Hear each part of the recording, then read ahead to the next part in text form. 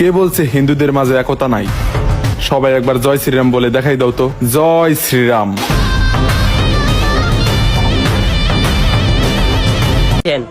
এবার তার বাংলা ব্যাখ্যাটা শুনুন। আমি সাক্ষ্য দিচ্ছি যে আল্লাহ ছাড়া কোনো মাবুদ নেই। হযরত মুহাম্মদ সাল্লাল্লাহু আলাইহি ওয়াসাল্লাম আল্লাহর প্রেরিত রাসূল।